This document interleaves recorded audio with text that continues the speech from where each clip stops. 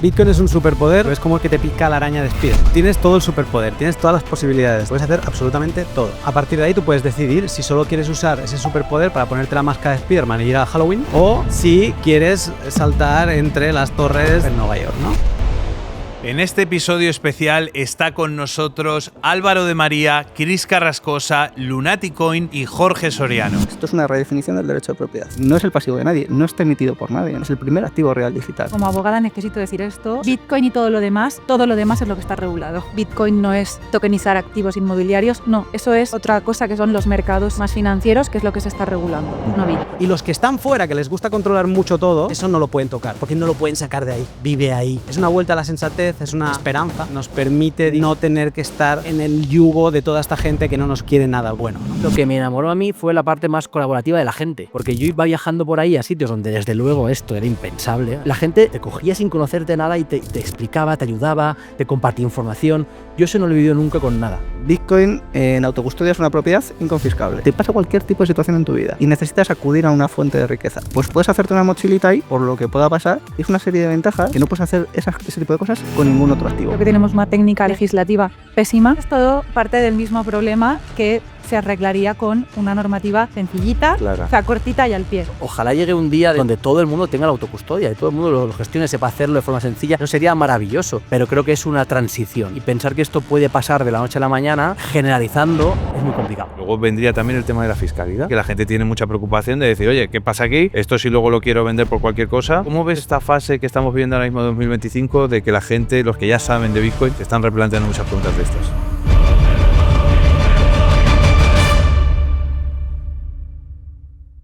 Estamos en plena ebullición de lo que serían las criptomonedas, pero sobre todo el mundo de Bitcoin. Y no se me ocurre una mejor opción para todos vosotros, bitcoiners o no bitcoiners, que veáis este episodio especial que grabamos en el gran evento de Inversión Racional 2025 con algunos de los grandes referentes de habla hispana del mundo de Bitcoin o de las criptomonedas. Así que échale un vistazo a este gran episodio, toma notas y disfrútalo, porque merece 100% la pena, y sobre todo dale un buen me gusta, porque este contenido de amplio valor y juntar a tantos grandes referentes no es nada fácil. Así que sin más, te dejo con el episodio.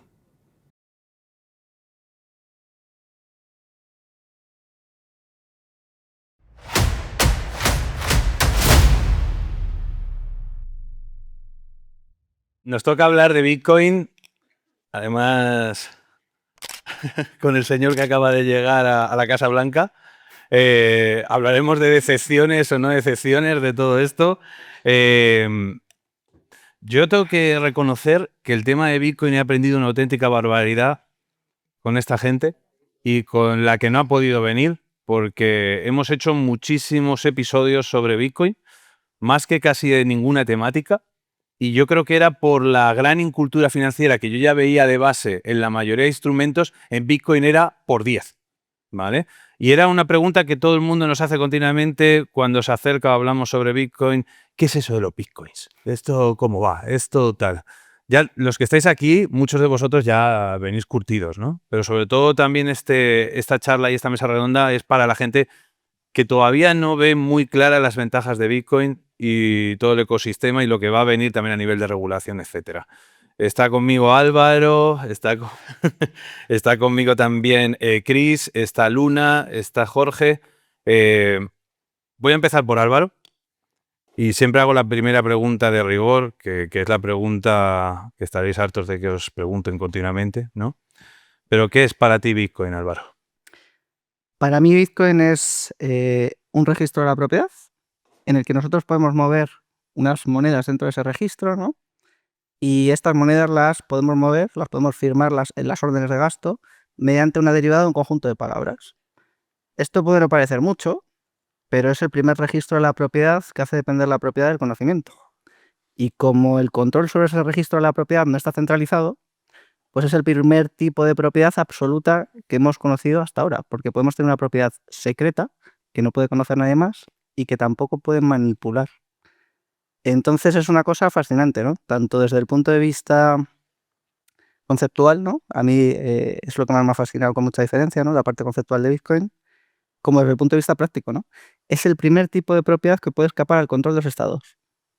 Es el primer tipo de propiedad que no es confiscable, embargable. Es el primer tipo de propiedad que en el ámbito digital se puede enviar con privacidad. Tiene una serie de innovaciones de un valor tan inmenso, pero es que además está bien diseñado desde el punto de vista económico. El activo, eso que movemos en ese registro de la propiedad, tiene unas cualidades extraordinarias, ¿no? Tiene una oferta fija, determinística, tiene unos costes de atesoramiento muy bajos, tiene poco deterioro. Entonces, es una combinación maravillosa entre un activo absolutamente increíble para transmitir valor en el tiempo y una nueva forma de propiedad que yo creo que va a dar a luz a un mundo nuevo, ¿no? Al final, esto es lo que te explota la cabeza, ¿no? O sea, el tema de la superpropiedad de Bitcoin, ¿no? De cómo yo he intentado indagar desde el lado más de la inversión de la bolsa, de buscar activos que tengan las mismas propiedades que Bitcoin, y no los hay. Y rascas por todos lados y buscas por todos lados, pero no los hay. Por eso, yo hablaba contigo en uno de el podcast que tuvimos, que fue de los primeros también de la primera temporada, y hablamos del tema de que muchos economistas no entendían Bitcoin.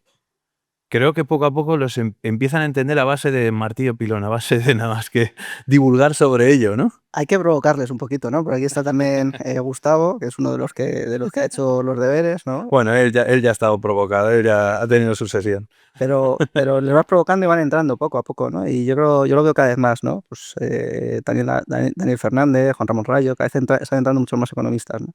Y yo la verdad que creo que es una gran tarea, porque al final ellos son los divulgadores sobre el conocimiento económico y entender Bitcoin probablemente sea lo más importante, ¿no? Hay que hacer un trabajo. Siempre digo que Bitcoin no es un test de inteligencia, Bitcoin no es difícil, ¿vale? Yo lo enseño todos los días, Bitcoin se puede entender en 8 horas, ¿vale? Perfectamente.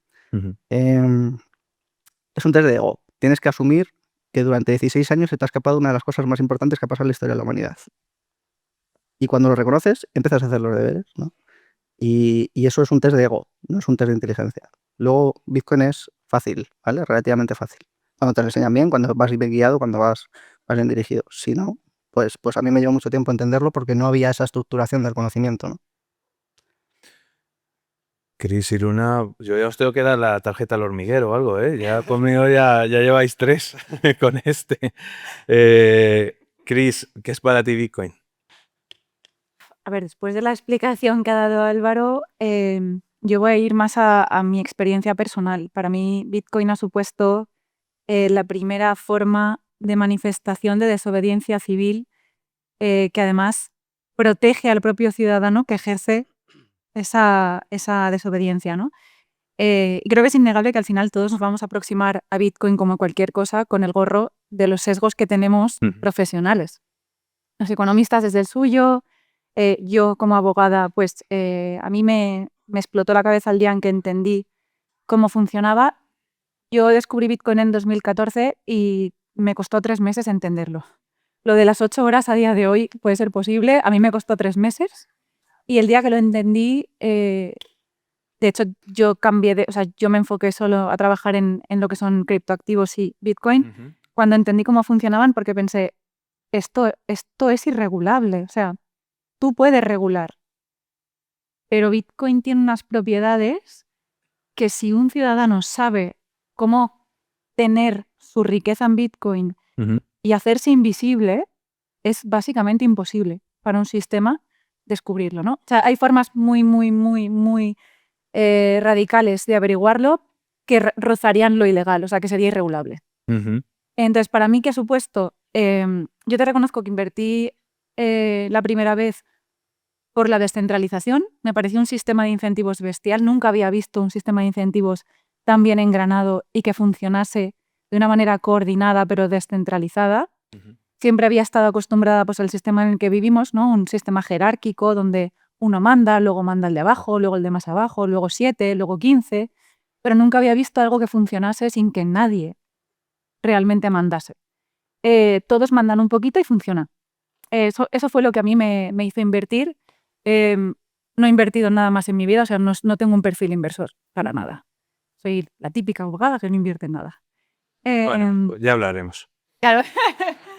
Pero invertí por eso. Y luego es verdad que me di cuenta, a raíz de entrar un poco en el ecosistema, de conocer a gente, primero conocí a Luna hace muchos años ya, entonces me di cuenta de que toda la gente que estábamos en Bitcoin teníamos un pensamiento parecido sobre esa rebeldía o esa desobediencia civil de cara al sistema. Y entonces me di cuenta de que para mí es un poco, o sea, creo que a día de hoy sería absurdo no reconocer que estoy muy contenta con la inversión que hice a nivel económico, ¿no? Pero más allá de eso, creo que me producía esa especie de orgullito el pertenecer a un grupo de gente que estábamos todos muy descontentos con la forma en la que se hacían las cosas, con lo poco que nos preguntan sobre decisiones que nos cambian radicalmente la vida. Y digamos que Bitcoin es ese sistema en el que tú entras, tú sabes lo que hay y no va a cambiar. Sí, sí. Al final estábamos hablando también en la primera charla, lo del tema de estar cerca del abismo de la incertidumbre, es decir, de llegar a un punto, a ti te pasaría seguro, que en esta industria tan incipiente que no había nada, ese reto de decir voy a comprender lo que hay aquí, ese es el pionero en eso, aquí lo veo más que en ninguna otra industria o en ningún otro sector a nivel de inversión. O sea, el tema de Bitcoin, yo mis inicios fueron en 2017 por ahí, y cómo ha evolucionado todo, ¿eh? Y ahora lo que está pasando en la actualidad ya con Bitcoin es que de crear el podcast hace un año y medio a lo que es ahora, es que de cuando empecé a hablar con Luna, que fue el primero que vino, a lo que es ahora ya y lo que se está hablando después a nivel internacional de Bitcoin, o de leer el libro tuyo de la filosofía de Bitcoin y de repente hablar de los estados, hablar de esa independencia, hablar de... Y todo eso está empezando a pasar cuando creíamos que iba a pasar dentro de, no sé, de una década. Se ha acelerado todo en un año y medio, 2 años. A ver si es luego sumo o no sumo, pero bueno, veremos. Para ti, Luna, ¿qué es Bitcoin? Sí, primero decir que cuando dices que es la pregunta que debemos estar aburridos de recibirla, yo creo que no, porque siempre es como un reto y además es un camino de exploración esto de Bitcoin. Cada día te levantas y le ves una patita distinta a Bitcoin, un matiz distinto. Entonces es siempre interesante como pararse, mirar para atrás y decirte a ti mismo qué es hoy para ti Bitcoin. Y esto cambia constantemente.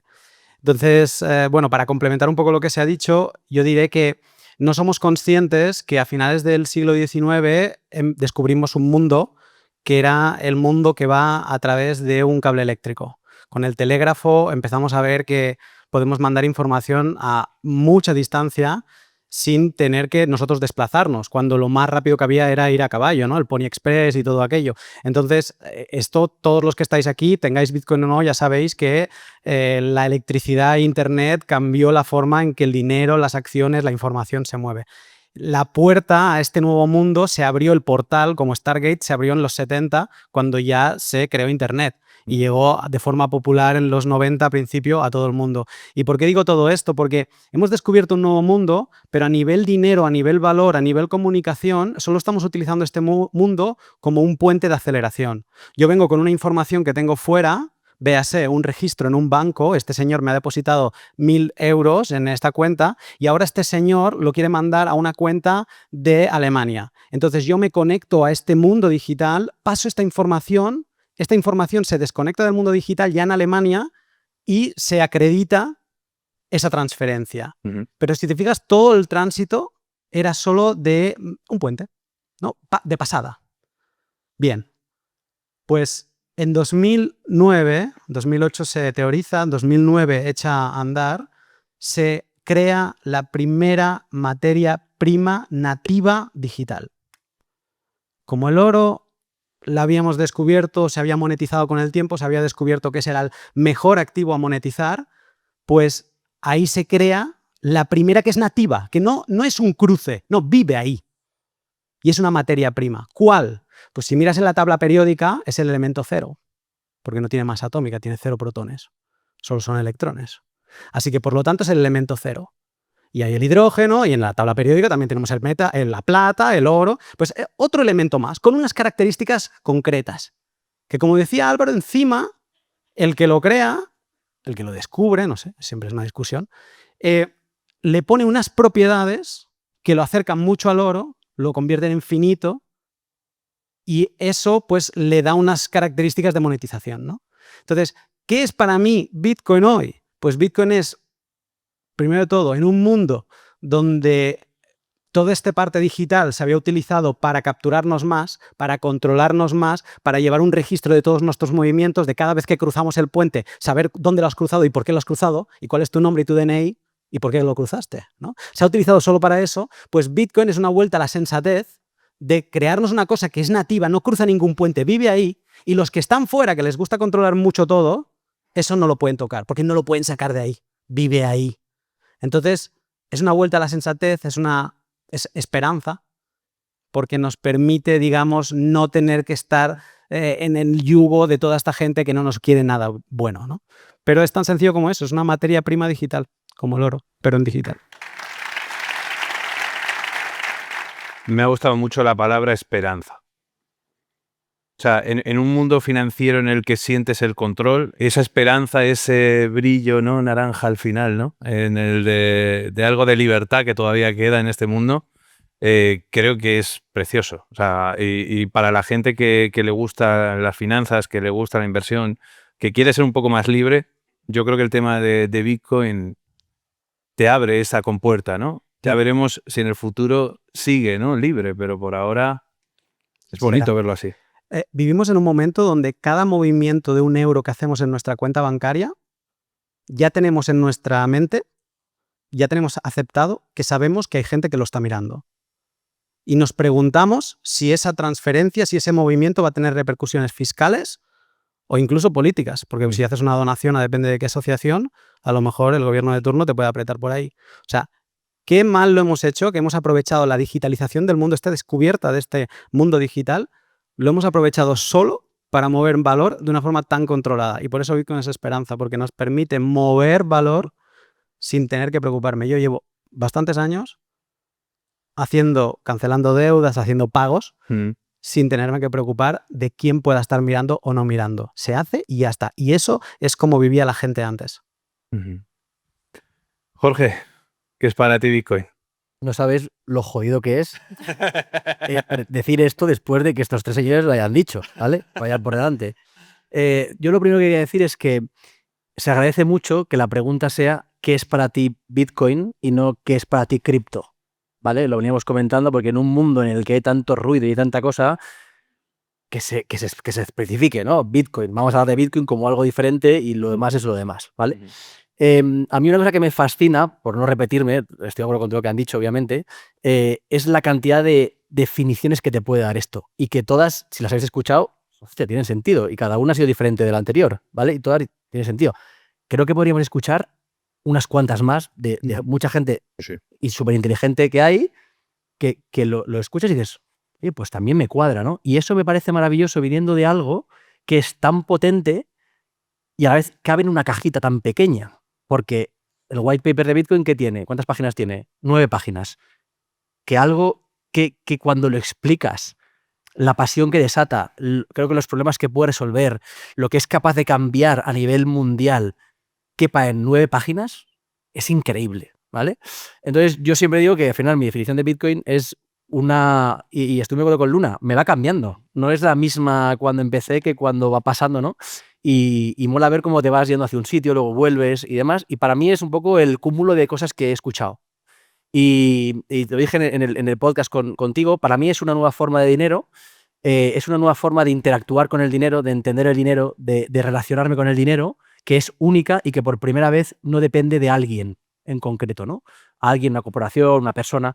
Creo que al final hay que reconocer que el ser humano es frágil, el ser humano comete errores y el hecho de que nos podamos equivocar en algo que es tan importante como hablar de dinero, de riqueza, de valor, que dependa de alguien que se puede equivocar y que se va a equivocar, pues es peligroso. Con lo cual creo que esto es la primera vez que hemos visto algo que, oye, es cierto que lleva 14 años, pero, o 16 años, 14, 15, 16 años, ya como pasa todo tan rápido, pero es verdad que lleva cumpliendo a rajatabla lo que dijo el primer día que lo dijo. Y oye, esto es digno de admirar cuando ha habido incentivos a que alguien lo hackeara, alguien lo rompiera, alguien lo manipulara, alguien lo prohibiera. Oye, y sigue resiliente en un momento en el que, oye, hay fuerzas muy potentes de fuera, ¿no? Con lo cual, para mí, la magia que tiene es, como definición, está bien definirlo, pero creo que lo que es capaz de envolver en cuanto a ángulos, de conectar con gente, de que la gente se sume por una causa mucho más allá de la revalorización del precio, que está muy bien, ¿no? Que decía Chris, pues seguro que está contenta, pero que va más allá de eso, lo mezclo con la parte de libertad, la parte de esperanza. Cada uno le toca una parte, pero el hecho de poder unir a mucha gente común en un mundo que está loco, porque lo estamos viendo, que es una locura lo que está pasando en muchos sitios y cada día pasa algo nuevo, que haya algo que sea capaz de unirlo y que todos estemos de acuerdo con todas las diferenciaciones que hay dentro de esa definición o de entendimiento, me parece algo único en la historia.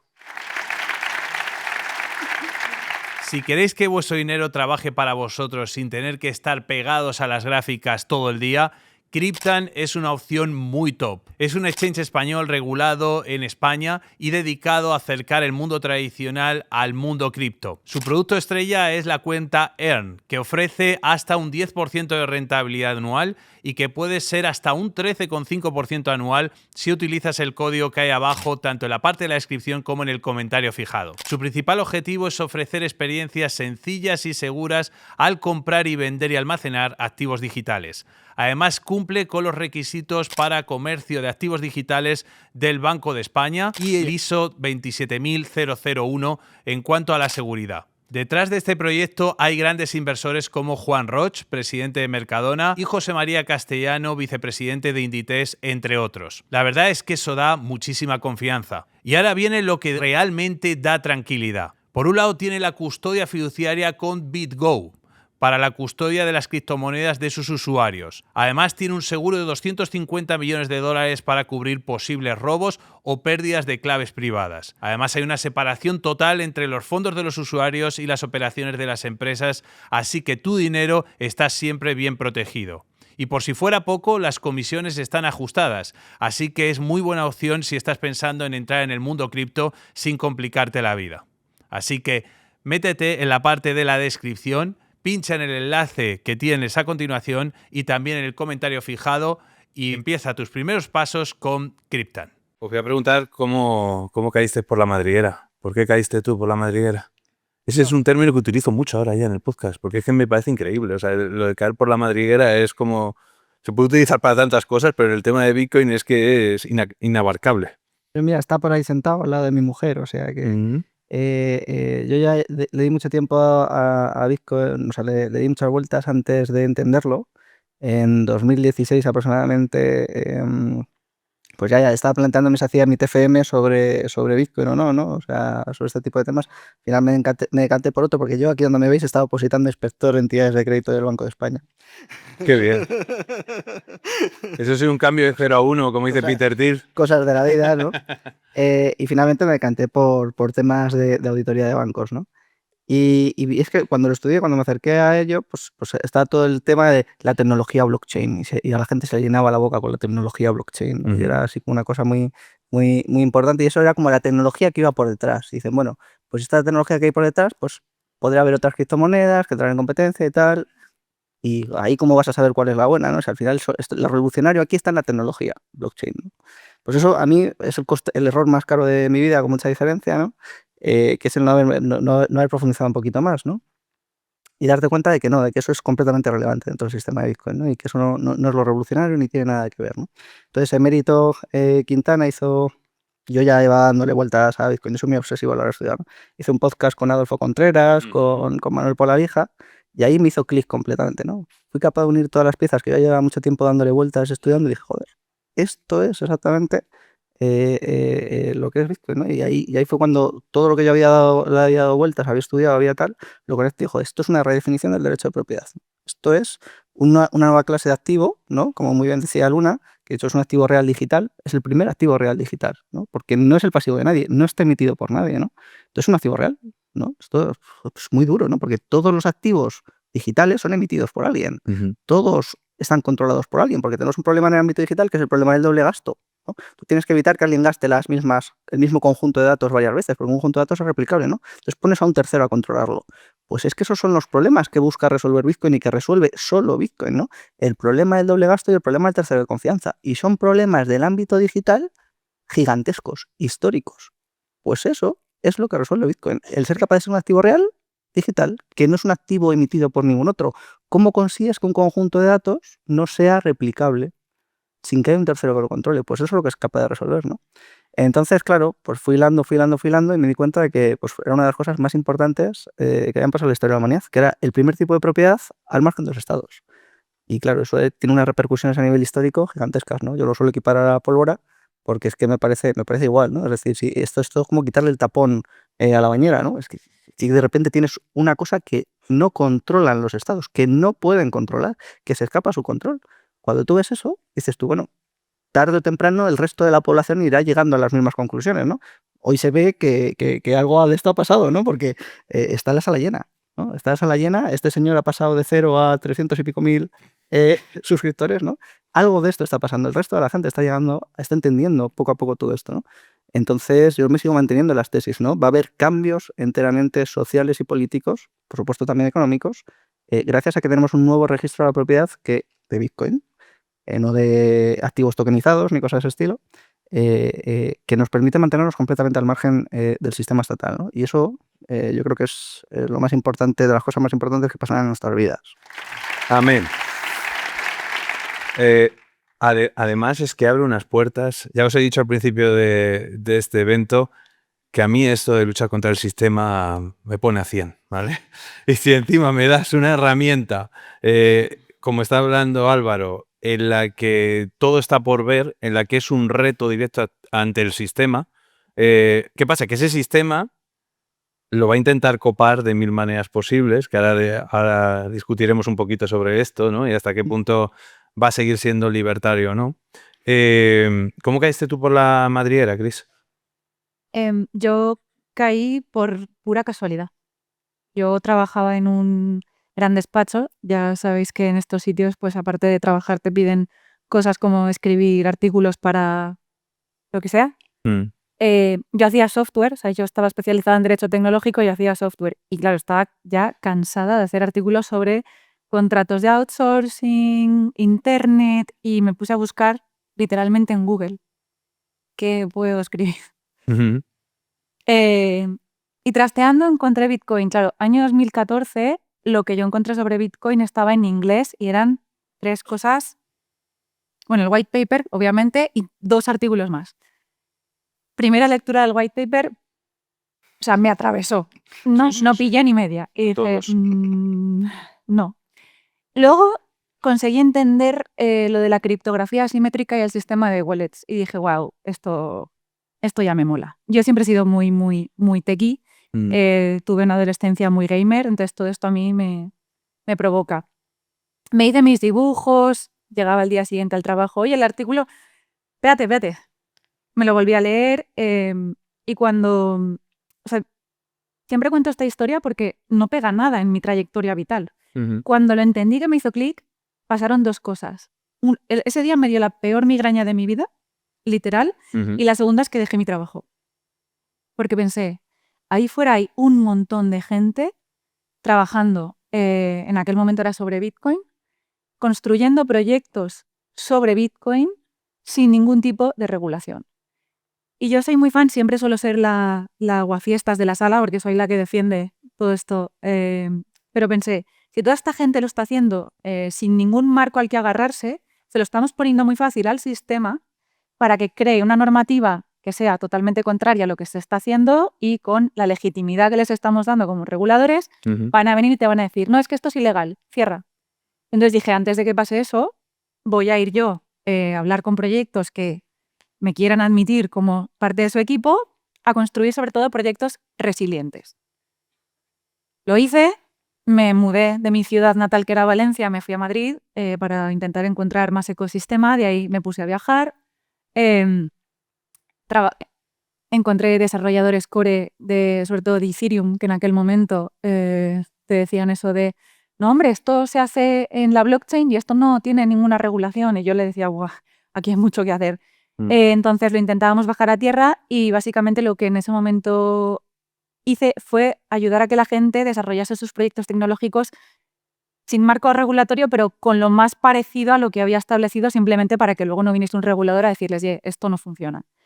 De ahí salté a la Comisión Europea a hacer un poco de formación y educación sobre lo que era todo esto y conseguí poder participar en la redacción de la normativa que tenemos ahora en Europa, pero básicamente porque pensé, conociendo a los reguladores, si sale una norma como la de la inteligencia artificial hecha en 3 tardes para la foto, adiós. O sea, adiós a todo lo que podemos construir, ¿no? Y ese ha sido un poco mi objetivo en todo esto. sobre todo, crear un marco regulatorio que permita desarrollar algo que o sea, como abogada necesito decir esto. Sí. Bitcoin y todo lo demás, correcto. Bitcoin y todo lo demás. Todo lo demás es lo que está regulado. Todo lo demás es en lo que trabajamos los abogados, todo lo demás es lo que aparece en la normativa que tenemos, ¿no? Lo digo porque muchas veces se dice, oye, Álvaro lo ha dicho y estoy de acuerdo con él, Bitcoin no es tokenizar activos inmobiliarios, no, eso es otra cosa que son los mercados más financieros, que es lo que se está regulando, no Bitcoin, ¿no? Y ahí estamos, seguimos trabajando. Luna, ¿cómo caíste por la madriguera? Pues creo que la forma más tonta. Y creo que la que seguramente más gente se habrá relacionado con Bitcoin, que es por especulación. Ganar pasta. Literal. No, además, en un momento crudo de dureza, aquello de intentar emprender y de, hostia, es difícil. Pero aquello crudo, ¿no? Y decir, bueno, hay unos esfuerzos puestos de todas mis horas vitales en el emprendimiento. Yo en teoría tendría que estar haciendo algo de ahorro para el futuro y tendría que estar pasando algo, ¿no? Y no pasaba nada. Entonces leía algo, siempre me levantaba por la mañana, lo primero que leía era los blogs de tecnología Chataka, por ejemplo. Es casi como lo primero, me levanto y pam. Y ya había visto Bitcoin en 2013 y me había reído de él. De hecho, tengo conversaciones que he encontrado a posteriori hablando con un familiar donde básicamente nos reíamos de que llegó a 1000. Y entonces cuando cayó me autoconsideré un genio porque dije, ¿ves? Y en 2017 recupera los 1000. Y dije, que están muy locos todos, ¿no? Y en cosa de, creo que fue como menos de un mes, estaban 2000. Y ya ni lo pensé. Fue como, tengo que comprar. No sé de qué va esto, pero tengo que comprar porque yo parezco el último tonto. Entonces yo entré por ahí y a partir de ahí fue un camino de aprendizaje donde todo sonaba lo mismo. O sea, yo no venía de escuchar a emérito, de gente inteligente que me dice no, es que hay Bitcoin y el resto no vale nada. No, yo no venía de nada. Yo no encontré a ese emérito, no tuve esa suerte. Entonces, pues nada, experimentar, a pegarse hostias. Y luego cuando bajas la madriguera, y además yo empecé como en primavera, llegó verano, y fue un verano muy tranquilo, donde pude tener bastantes días de descanso. Y era una obsesión, día y noche, no me movía. Me acuerdo, o sea, de enfermizo de película, recuerdo la cama con todo de papeles, no sé qué, tal y cual, y es que no me movía. O sea, era como apartaba papeles para estirarme y volvía a poner papeles por la mañana. Y entonces ahí lo que me fue pasando es que dije, o le pongo sentido a esto, o esto, una, no es vida, y dos, tú no eres trader. Entonces, o hay algo de fondo aquí, o mejor déjalo. Invierte lo que quieras, pero mejor déjalo. Y el único fondo es Bitcoin. El único que te tiene algo que te puede cambiar la vida, como me lo ha hecho a mí, es Bitcoin, a nivel filosófico. Si Bitcoin mañana se va a cero, a mí me da absolutamente igual. Porque todo a lo que me ha llevado Bitcoin es un aprendizaje que nadie me quita. Entonces, obviamente no quiero que se vaya a cero, pero a partir de ahí decidí en secreto enfocar mi vida a Bitcoin. En secreto, ni mi familia lo sabía ni nada. Empecé a hacer el podcast en secreto. Este outfit empezó bueno, primero el outfit nació mucho después, pero el ser un anónimo publicando podcast era porque tenía empresa, porque nadie de mis amigos quería que lo supieran. O sea, yo no fui de esa gente que se crea un Twitter y le dice a sus amigos, sígueme, que estoy en Twitter. No, a nadie. O sea, secreto total. Y fue, creo que al cabo de 2 años que lo empecé a decir en la familia. Pero lo único que lo hice era para yo aprender y para poner orden, pero tuve la suerte pues de muy pronto, creo que fue en el podcast número 8, ya contacté con Chris, me empecé pues a juntar con gente que yo veía que estaban en mi misma línea, de que aquí no estamos para el pelotazo, aquí estamos porque esto nos está cambiando por dentro a nosotros. Entonces yo quería que me lo compartieran, ¿no? Y he tenido mucha suerte de que la gente con la que me he rodeado, así que ese ha sido un poco el camino. Gracias a ellos, porque gracias a todo el mundo que me escucha, yo he podido cambiar mi vida. Así que yo estoy eternamente agradecido y no me canso de decirlo. Esto es puro fanservice. Aquí todos consumimos el contenido cada uno de nosotros, pero al final nos enriquece. Esto Al final, esto es una retroalimentación positiva descomunal. Está todo ese intercambio. A mí lo que más me alegra es que ahora en el descanso, yo todavía estaba un poco zombie entre una charla y otra, y estabais allí todos allí, juntando, hablando. ¿Cuántas veces os vais a poder juntar todos allí en una misma sala, cada uno viviendo en una parte del mundo, Pero fuera de eso, el tema de Bitcoin, para mí ha sido, yo creo que me ha rebajado un montón la ansiedad. Cuando a la gente a Bitcoin le da ansiedad por la volatilidad, los que no entienden Bitcoin, a mí conocer Bitcoin lo que me ha hecho es rebajarme la ansiedad y ver el futuro de una manera completamente diferente. Esperanza. Es que por eso, parece que solo es acercarte por la revalorización, todo muy analítico, muy racional, pero creo que en un mundo como este, tener ese activo y sobre todo ese activo que te rete a seguir aprendiendo, a que te abran nuevas madrigueras, a que yo he estudiado económicas, yo he estudiado administración y dirección de empresas y yo nunca he conocido tan bien cómo funciona el dinero. Si no hubiera sido gracias a Bitcoin, nunca lo hubiera conocido. Es una cosa que hay que darle gracias, por no decirle a Satoshi, que no sé dónde está, no sé ni quiénes son, no sé si son varios, no sé si es ella, si es él, pero vamos, todos los premios del mundo para ese ente. Jorge, ¿tú cómo caíste? Yo os pongo en situación, ¿vale? Yo estudio arquitectura, yo no había hecho ni un MBA de nada, no sabía de finanzas, yo no he invertido, yo como Chris, en mi vida. No he invertido porque no tengo ni idea. Y para mí la forma de ahorrar era tener dinero en la cuenta bancaria e ir gastando cada vez menos. Y así a final del año tenía más dinero. Esto de la inflación, ni idea, ¿vale? Acabo la carrera, todo muy bien, y me pongo a trabajar en un estudio de creativo. ¿Vale? A mí lo que me gustaba era la parte más creativa, de entender a las personas, de cómo mejorar la experiencia de usuario, todo ese rollo, ¿vale? Yo muy emprendedor, en mi tiempo libre cuando acababa el trabajo pues me ponía a intentar hacer mis proyectos, todo dentro de este universo. Y llega un día en que me voy pues con la que es mi mujer hoy y estamos en una cena con una empleada suya y su marido. Y nos quedamos el marido y yo luego haciendo la cena antes y empiezo yo a contarle súper motivado un proyecto que tenía nuevo de un coworking, una forma de hotel, no sé qué. Y el tío me escuchó mucho rato. La verdad es que yo se lo agradezco de avión. Después de lo que vino dije, así que has aguantado. Y cuando acaba le digo, un poco por educación, ¿no? Y tú, ¿qué tal? ¿Con qué estás? Y me dice, pues mira, yo estoy... Y entonces me empieza a hablar de Bitcoin, de blockchain y de Ethereum, ¿vale? Él lo mismo, él estaba muy metido en Ethereum. Es verdad que en aquel momento, pues él había pasado, yo creo que todos hemos pasado por muchas fases, lo que tú decías, ¿vale? Y ya había descartado Bitcoin y estaba luego, esta persona llegó a tener muchos miles de Bitcoins y los intercambió cuando valían nada, simplemente para probar que funcionaba, ¿vale? Muchos miles. Porque él estuvo al principio en y entonces me contó todo esto y literalmente yo no entendí nada. O sea, no me va a pasar en la vida. No me considero una persona que sea superdotada, pero me considero una persona que más o menos puedo pillar algo. No pillé nada. Cero. Y yo salí de ahí diciendo a mi mujer, oye, aquí ha habido algo, no sé qué es. Me ha venido pero de frente. O sea, no sabéis, esto no me va a pasar en la vida. O sea, me quedé en shock. Y literalmente a partir de ese día, al día siguiente, empecé a buscar y me pasó un poco lo que a Chris, ¿no? Esto fue 2015, había poca información, mucha información en inglés. Yo en inglés más o menos lo entendía, ¿no? Pero no para tanto tecnicismo. Entonces, yo siempre lo digo, o sea, yo un artículo que hoy me puedo leer en, no sé, 15 minutos, me tarda una semana, porque es que cada palabra del artículo tiene que abrir otra pestaña. Entonces, el buscador era todo lleno de pestañas. Y entonces, a partir de ahí, pues pasé por muchas fases, ¿no? Lo que decía Luna, intenté forrarme.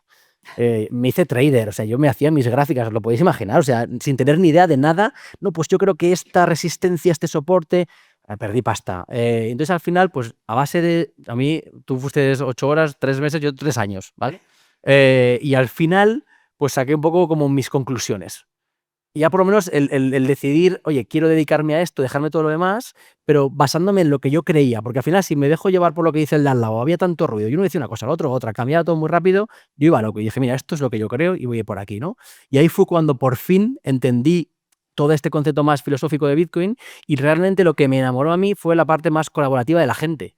Porque yo iba viajando por ahí a sitios donde desde luego esto era impensable, antes lo hablábamos, habían 4 gatos, la gente que te cogía sin conocerte nada y te explicaba, te ayudaba, te compartía información. Yo eso no lo he vivido nunca con nada. Entonces es verdad que creo que la gente que inicia Bitcoin y estos movimientos tiene ese espíritu, que es un poco lo que decía Luna, ¿no? Yo lo reflejo como la banda del Titanic, la banda de música que se hunde con el barco. Si se hunde, pues yo me hundo con el barco, ¿no? Pues esa fuerza y ese sentimiento yo no lo he visto en ningún lado. Entonces a mí eso fue lo que me animó a seguir ayudando un poco oye, pues desde mi lado, ¿no? Oye, que la gente no le cueste 3 años como me costó a mí, que le pueda costar menos, que pueda entrar, ¿no? Y aquí cada uno colabora dentro de su materia, ¿no? Dentro de su lado. Y eso fue un poco lo que a mí me hizo entrar, pero vamos, de golpe. Yo creo que la diferencia que tiene como activo Bitcoin frente a otros activos es el tema de que al no haber un eje central, todo el mundo se hace responsable de la red. Es decir, cuando tú entras, ya eres responsable con otras personas de mantener esa red o de evangelizar esa red, si tú crees en ello, ¿no? Y si además ves los beneficios que puede tener para la sociedad a largo plazo, pues más te integras, más hooligan te vuelves, ¿no? Pero más fanático te vuelves. Que eso también hay que ir regulándolo, ¿vale? Porque cuando caes por la madriguera puedes no parar y acabar con, como le llamo yo, con el sombrero, desde que no te den los rayos de fuera y en plan conspiranoico absoluto, ¿vale? Y si ya te metes en el tema de comprar sin KYC, luego, bueno, ahí ya, y luego la seguridad que tienes que tener a nivel, o sea, es una detrás de otra, pero bueno, estamos hablando muy sentimentalmente de Bitcoin y me gustaría también verlo a nivel de la propia libertad que te ofrece Bitcoin. Bitcoin nace desde los cypherpunks y desde ahí tiende mucho a encajar en el movimiento más libertario, ¿no? Más antisistema también podríamos llamarle. Pero de repente están llegando los estados. Y los estados lo primero que quieren es, no sé si reserva estratégica, que lo vamos a ver, si esto, porque ahora mismo mientras estamos grabando esto, se está viendo si va a haber reserva estratégica o no. Ya tenemos El Salvador, que creo que vais a viajar dentro de nada, vosotros dos. Pero, ¿cómo ves este papel? ¿Se está transformando Bitcoin a algo? ¿Está evolucionando a algo que pasaba de los simples early adopters o libertarios a ponerse como un activo muy serio? ¿Crees que lo están aceptando ya los que mandan de verdad como una amenaza y lo quieren acaparar ya? ¿Cómo es este movimiento? Yo cuando terminé la filosofía de Bitcoin, el libro, el 23 de mayo de 2021. Y claro, yo ahí decía pues, que lo más sensato que podía hacer un Estado era, pues al igual que con la pólvora, ser el primero en adoptarlo, ¿no? Tú eres un general de caballería en la Edad Media, tienes tu ciudad amurallada y tu ejército de caballería, y te viene un tío con la pólvora y te dice, mira, este polvito negro va a derribar tus murallas y va a acabar con tu ejército de caballería. ¿Qué es lo mejor que puedes hacer tú a nivel general? Como general del ejército, como un capitán, como lo que sea. Pues adoptarla, ser primero en adoptarla y ir a conquistar al de enfrente. Sí, sí. Eso es lo que me parece razonable. No decir, me voy a quedar en mi muralla y con mi ejército de caballería y esto lo voy a prohibir en mi territorio. Bueno, pues va a venir el de enfrente y te va a conquistar, ¿no? Entonces, claro, yo estaba pensando en que lo que a mí me había llevado mucho tiempo entender, que no eran 8 horas, eso es lo que enseño yo ahora.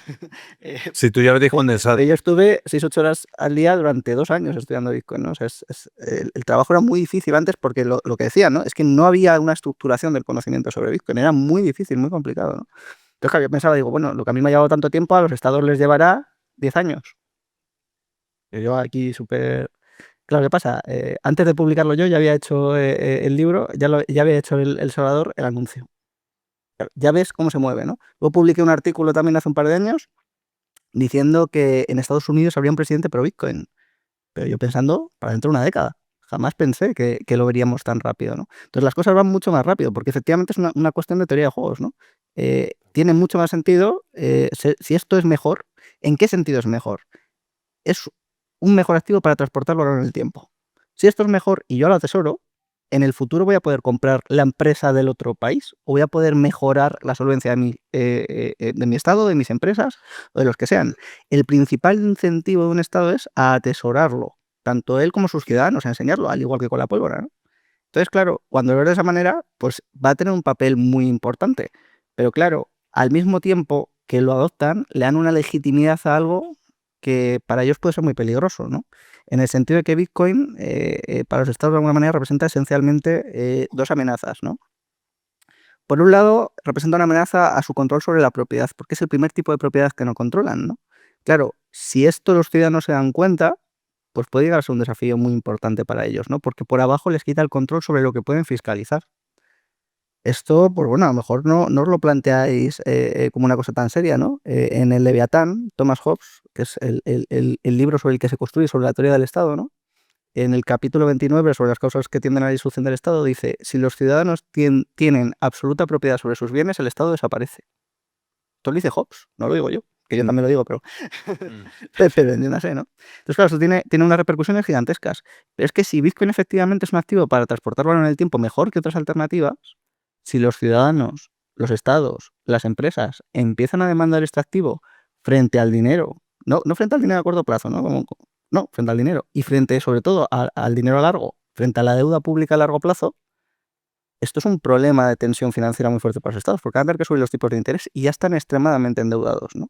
Entonces, todos los estados que se muevan ahora tienen una ventaja muy grande frente al resto de estados. Van a ser mucho más solventes, aun a riesgo de dar una señal a los ciudadanos, de decir, esto tiene mi carta de legitimidad, ¿no? Entonces, cómo jueguen ahí los estados, pues va a depender de la prudencia política de cada gobernante. Ya veremos qué hace cada uno. Pero desde luego que cuando yo decía estas cosas en el 2021 la gente me miraba como si estuviese como un lunático, ¿no? Y ahora pues vamos a las conferencias y los candidatos a la presidencia electoral en Estados Unidos inician sus campañas electorales en las conferencias de Bitcoin. Yo cuando vi esto en Miami 2022 me quedé blanco, ¿no? Te das cuenta de que el nivel de debate público en Estados Unidos está en otra dimensión. Y te quiero preguntar por eso. Cuando fuiste a Estados Unidos, que es donde se está cociendo todo ahora mismo, a nivel estatal, con Loomis, ¿los ves capacitados? Que los estoy viendo hacer muchos amagues muy extraños y muy raritos y con muchas shitcoins y todo eso. ¿De verdad están llegando a entender que es una ventaja descomunal empezar a atesorar Bitcoin frente a otros, esa teoría de juegos? ¿O lo estás viendo que todavía están empezando a enterarse? Sí, yo creo que, bueno, al margen de la estrategia que estén siguiendo a nivel político, que no lo sé, quiero decir, no tengo ese nivel de conocimiento. Yo la primera vez que estuve en una conferencia fue en Miami 2022, porque publiqué mi libro en inglés con los organizadores de la conferencia, y iniciaron su campaña electoral allí Robert Kennedy Jr. y Vivek. Que mira dónde han llegado. Los dos están en el gobierno. Sí, sí. Los dos. Los dos tienen un conocimiento sobre Bitcoin muy profundo. Y aquí, sobre todo, Robert Kennedy Jr., ¿no? Y esto es una de las cosas que también quiero ensalzar, ¿no? Yo tengo mucha relación con la organización. Cuando les preguntaba si les podían dar el libro o lo que fuese, ¿no? Oye, tengo un libro entregado a Robert Kennedy Jr., por ejemplo. Que si se dejan asesorar, si se hagan ese tipo de cosas, ¿no? Bueno, pues Robert Kennedy Jr. pide a la organización que le ayude a preparar su discurso, con quién se puede formar, qué puede hacer. Tiene un interés muy, muy fuerte por entender bien esto. Y se ha demostrado con el tiempo que tiene un discurso sobre Bitcoin impresionante. Yo la primera vez que lo vi en directo me quedé blanco del nivel de conocimiento tan alto que podía tener un candidato a la presidencia en Estados Unidos sobre Bitcoin. Me chocó muchísimo, ¿no? Y Vivek también tiene un nivel de conocimiento bastante alto, ¿no? Sin embargo, pues no es muy amigo de ni de leer. Y él lo que hace es relacionarse con gente, relacionarse con personas y en función del feeling que le dan, pues va más hacia uno que otro, ¿no? Yo creo que habrá habido una campaña muy fuerte de captación, ¿no? Cuando dio el discurso en Nashville en 2024, se ve que no tenía mucho conocimiento sobre la materia, ¿no? Porque hablaba de cripto en general, hablaba de lo mismo, ¿no? Claro, es que hay que profundizar en la materia, ¿no? Hay que entender las diferencias entre uno y otro, y si al final lo único que tienes son donantes, son gente que te apoya y son cosas de ese estilo, puede ser capturado de alguna manera, ¿no? A mí lo que deja muy tranquilo del gobierno es, tiene gente que conoce perfectamente Bitcoin, ¿no? El tener a Robert Kennedy Jr. en el gobierno es una garantía pro Bitcoin fuerte. Estamos hablando de que Robert Kennedy Jr. entre sus propuestas llevaba una de hacer una reserva estratégica de 4 millones de Bitcoin. Ojo. La de Loomis es de 1 millón a 5 años, 4 millones es ir muy a saco, ¿eh? Me da igual, es que aunque fuese de medio millón, me sigue pareciendo una salvajada, ¿no? Mira, Michael Saylor, ya lleva medio. Y lo que le dejen. Quería ahora centrarme luego con Chris y con Jorge en Europa, ¿vale? Voy a hablar con Luna. ¿Qué opinas de todo este movimiento que está habiendo en Estados Unidos? Y si le ves recorrido a todo ello, ¿cómo lo ves? Recorrido tendrá, respuesta rápida es da igual. No dará igual para el precio, claro que sí. Pero quiero poner en perspectiva una cosa, que es que esta conversación hace 5 años era ciencia ficción. Sí, sí, es increíble. Pero un nivel de habernos fumado todos Sí, sí, sí, sí. la mierda más gorda que pudiéramos encontrar en más. Sí, sí, sí. O sea, un presidente Así. que candidato y ya luego presidente de Estados Unidos esté hablando de Bitcoin, que vaya a una conferencia de Bitcoin, o sea, ya está normalizado, pero esto no es normal. Entonces, sobre todo no era normal, es normal, claro que sí, pero no era normal y de hecho éramos no sé, los apestados, los locos, los lunáticos, no teníamos sentido. Entonces, ¿le veo recorrido? Sí, claro que sí, por todo lo que ha dicho Álvaro. Esto de la materia prima digital, o sea, fíjate, un gobierno que va a querer, si se descubre una nueva materia, pues es dominarla, ¿no? Mira la de hostias que hay entre China y Estados Unidos por las tierras raras, Con que Groenlandia. cada uno está buscando a ver de dónde las consigue, de tal y cual, ¿no? Pues de golpe tienes una nueva materia prima, ¿no? Es elemento cero. Entonces, sí, no tengo duda que esto va a seguir en aumento. Hay países que están haciendo sus reservas estratégicas en secreto. Se comenta que Emiratos estaba a punto de presentarla en la conferencia también de Bitcoin Magazine que hubo a finales de año, pero que se tiró atrás hasta que no lo haga oficialmente Estados Unidos. Entonces, tenemos varios países, tenemos Bután, que ya lo ha dicho, que lo había hecho en secreto durante años. El Salvador fue el primero que levantó la liebre porque ya le da igual, no tenía su propia moneda y encima puso la ley Bitcoin. Entonces, sí, y además los ETFs. Lo de los ETFs fue una cosa que yo creo que es donde empezó a cambiar todo esto de que Bitcoin sea normal que lo hablemos como si fuera eso, acciones, bolsa y demás.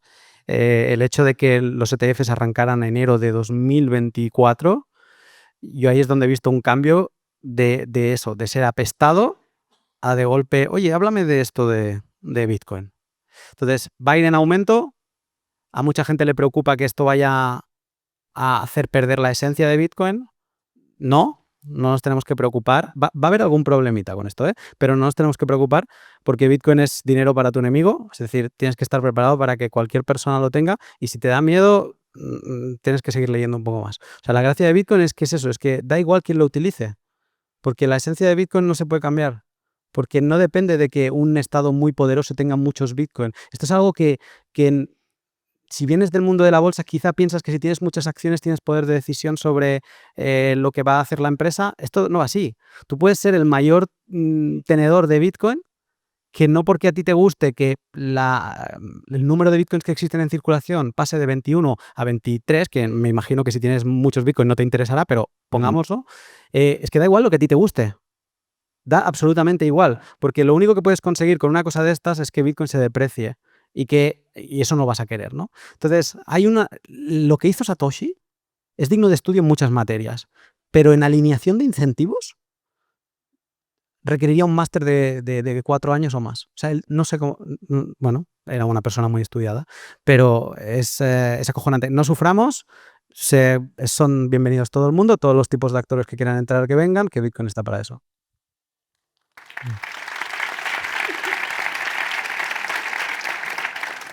Espero que te esté gustando este episodio hablando de Bitcoin y todas las derivadas que están por venir. Si todavía no estás suscrita o suscrito al canal, por favor, dale al botón de suscribir y activa la campanita para no perderte ninguno de los contenidos que publicamos diariamente. Además, dale un buen me gusta para que el algoritmo de YouTube siga recomendando este episodio a muchos más inversores y déjanos tu feedback en la parte de los comentarios con tus impresiones y que creemos debate sobre qué está por venir en el mundo de Bitcoin. Así que sin más, te dejo con el episodio. Vamos con la otra cara de la moneda, vamos con Europa. Diciendo.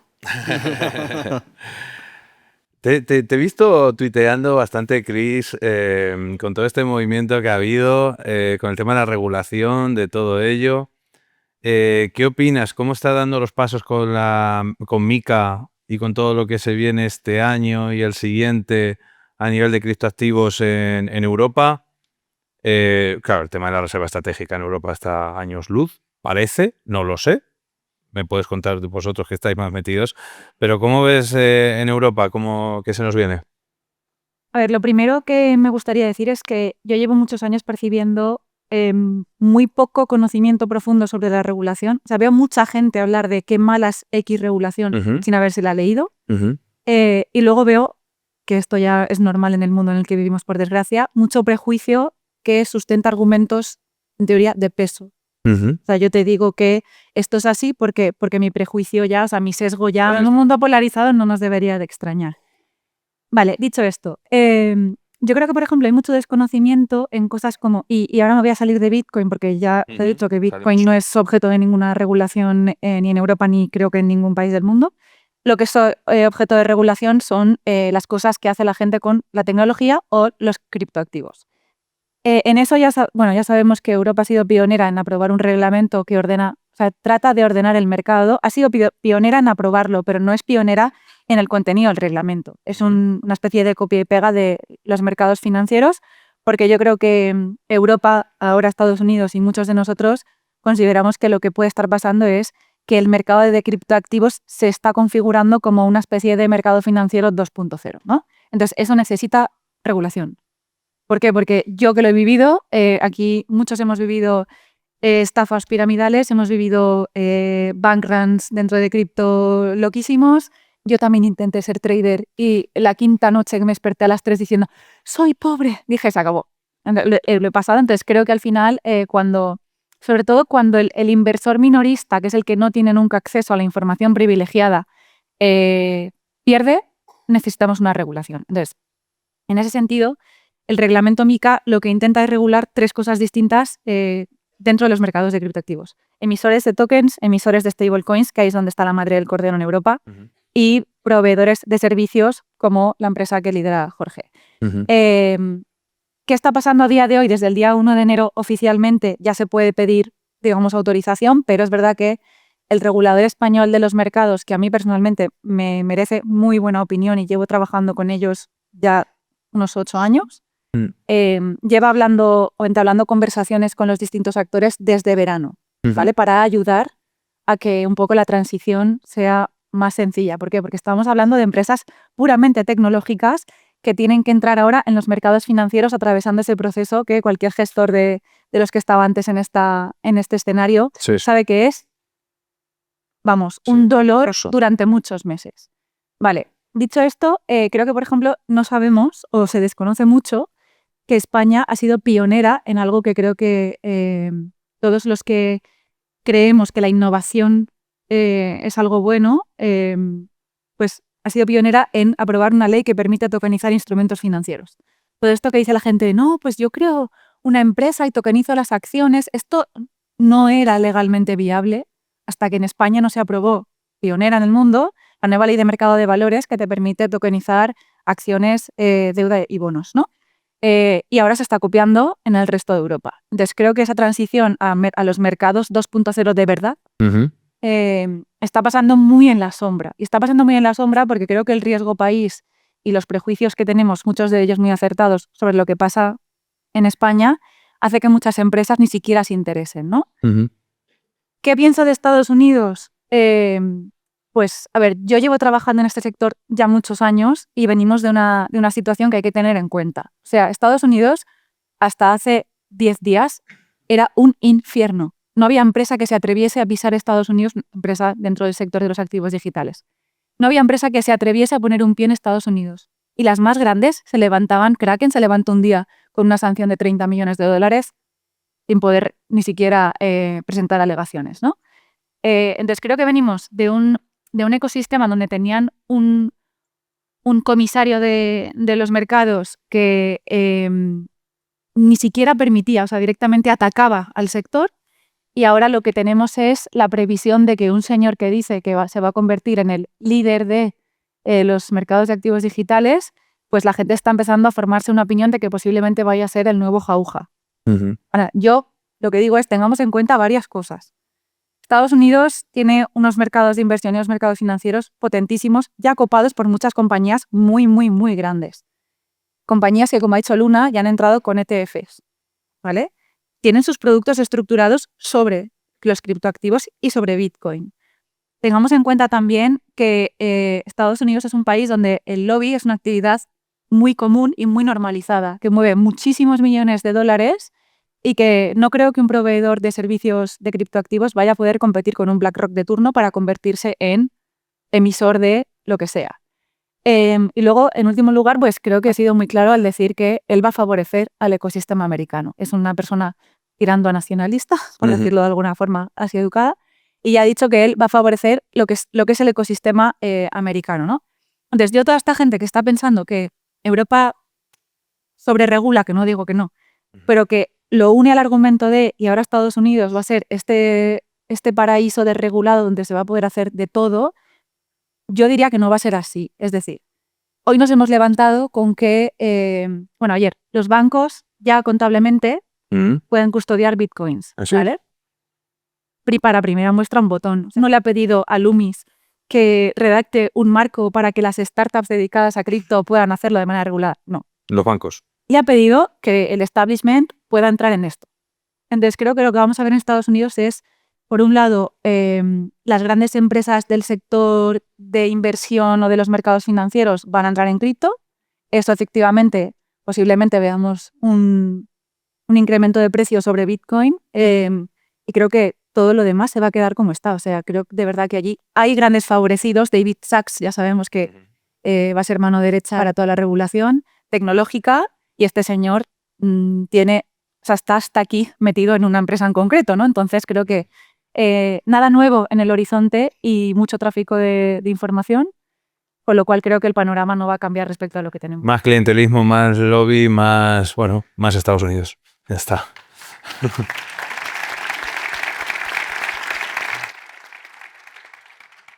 Bueno, Jorge, te hemos dejado aquí una buena... ¿Qué te cuento? ¿Qué te cuento ahora? No, sí que quiero que cuentes, porque claro, tú estás metido de lleno en una empresa que está en el mundo cripto, que además estás intentando transicionar de un modelo, como ya me comentaste en el podcast, de un modelo más de acumulación propia o de también llevarlo, no sé si bancarizarlo, pero tener entre la banca y la autocustodia, que hay ahí un player entre medias, y claro, te estás dando de bruces con todas las regulaciones que han venido de Europa, pero también con toda vuestra experiencia habéis tenido que pasar diferentes fases.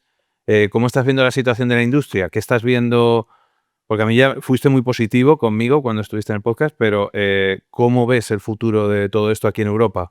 Si se van a seguir dando pasos, si, como está diciendo Chris, a lo mejor en Estados Unidos hay mucha fanfarria, pero luego en verdad es lo de siempre, y sin embargo aquí en Europa no sé, la denostamos, pero sin embargo se está haciendo las cosas mejor. A ver, yo creo que efectivamente mi sensación, en Estados Unidos hay muchos fuegos artificiales y luego en Europa igual nos pasamos de frenada, pero vamos, ¿no? Yo creo que coincido con Chris aquí. Yo soy pro regulación, ¿vale? Y aquí hay mucha gente que piensa que no hay que regular, que las criptos, y hay muchos lados, ¿no? Y que yo los respeto, los comparto y coincido en muchos de ellos, ¿eh? O sea, creo que aquí no es blanco o negro, y esto es algo que es importante, y cuando empiezas aquí tienes que entenderlo. Aquí no hay una verdad universal, ¿no? Y cada persona tiene su posición y va cambiando de sitio a otro sitio, ¿no? Y va evolucionando, pero es muy difícil que haya gente que caiga por la madriguera, ¿no? Y caiga hasta más lejos, o que se quede antes, o que le cueste caer más. Y nosotros lo hemos vivido desde 2018. O sea, va hablando con muchísima gente, con muchos clientes, que unos de repente son más ágiles, otros tardan más, empresas, instituciones, etcétera, ¿no? Entonces, efectivamente, nosotros en su día decidimos coger el camino de la regulación, ¿vale? Podríamos haber cogido el otro camino de la descentralización. Yo, honestamente, para Cryptan es un dolor de cabeza el tema de la custodia. Oye, es tu problema, tu responsabilidad. Yo no pago a custodios terceros. Yo puedo custodiar personalmente, pero prefiero que lo haga un tercero regulado con seguro, que me da mucha más tranquilidad. Eso a mí me cuesta dinero, que no repercuto. Bueno, un montón de cosas, ¿no? Que al final es un dolor de cabeza. Pero creo que si estamos intentando, y voy más hacia atrás, ayudar a que la gente, o intentar que todo el mundo entre aquí, pues hay gente que está más preparada para entrar de una forma mucho más compleja. Pero hay mucha gente que no. Y vamos, para muestra un botón, quiero decir, nosotros a día de hoy tenemos 72.000 personas que están utilizando la aplicación, que al final es gente que lo necesita, que hay muchos millones más de personas, ¿eh? Con eso lo tengo muy claro, pero son pasos. Entonces, para mí creo que el ir por la parte de la regulación es importante, porque esto va de confianza. Entonces, la regulación, nos guste más o nos guste menos, a mucha gente le da seguridad. Es un poco lo que decía Chris, protege al inversor, no sé si retail o al inversor más pequeño, ¿no? De que no entren estafas, que hemos vivido muchísimas, ¿no? Yo creo que ahora había una limpieza importante con MiCA, de muchas cosas que vimos en el pasado que aunque estaba el registro en Banco de España y había algunas cositas y tal, siguen existiendo y siguen apareciendo. Lo que veo ahora es un cambio bastante importante porque Mica es compleja de obtener. Nosotros, Chris decía, desde verano, teníamos desde enero del año pasado en conversaciones con CNMV.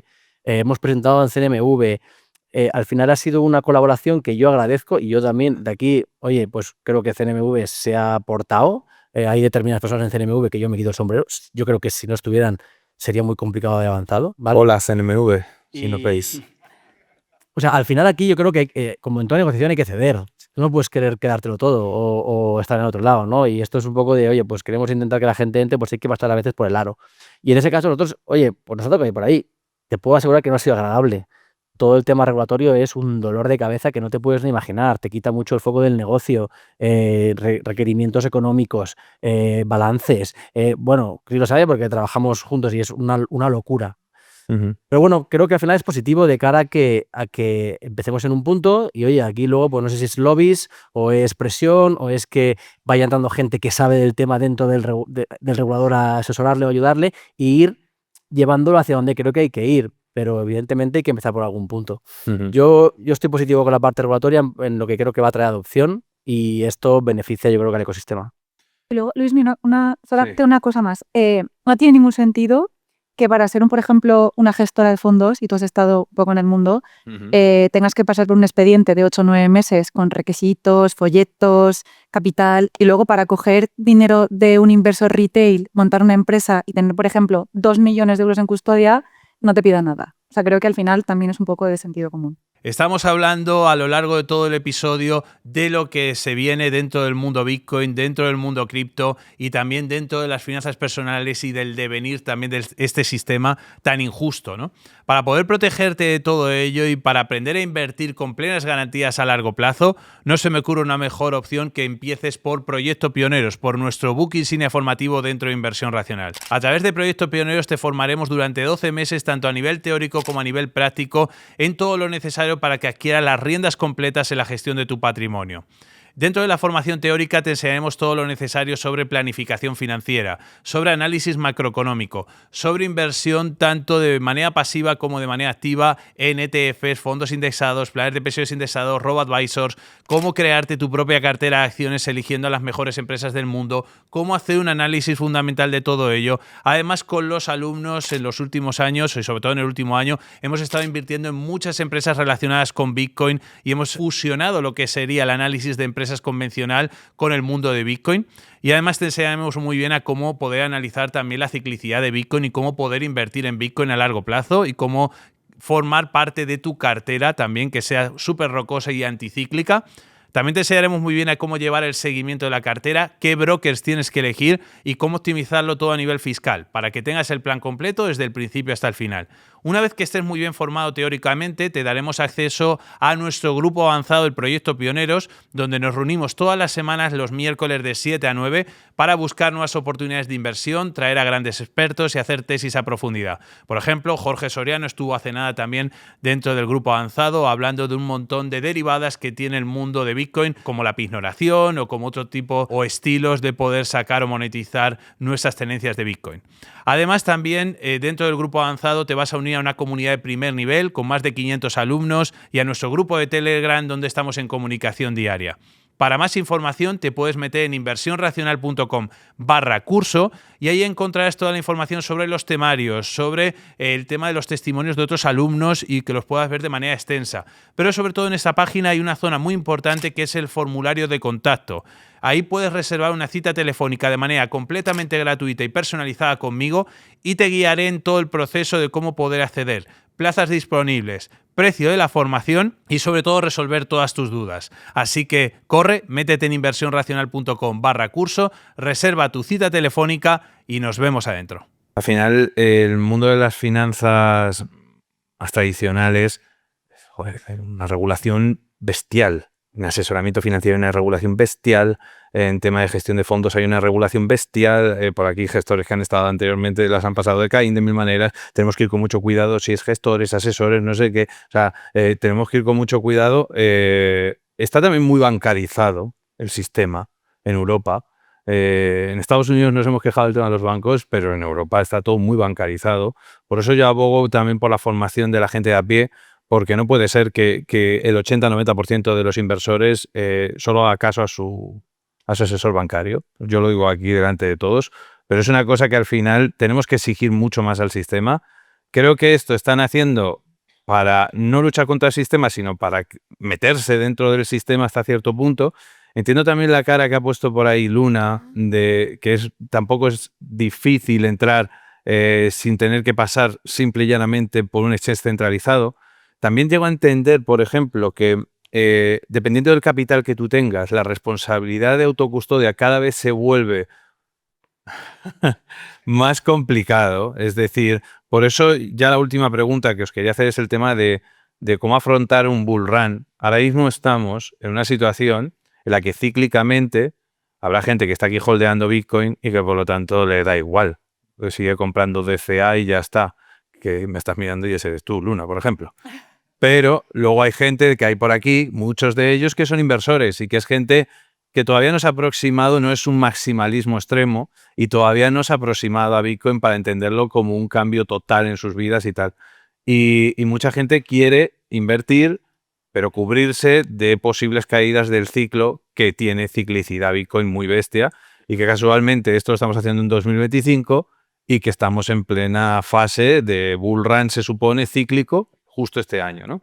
Me gustaría que nos dierais cada uno, o por aquí empezando por Álvaro, unas indicaciones de tú cómo ves el futuro de gente, de grandes tenedores de Bitcoin o inversores o gente que se está iniciando y que le empieza a preocupar esto.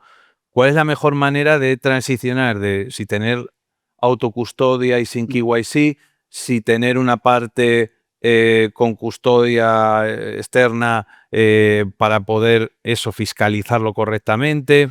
Claro, porque luego vendría también el tema de la fiscalidad, que es una cosa muy importante y que la gente tiene mucha preocupación de decir, oye, ¿qué pasa aquí?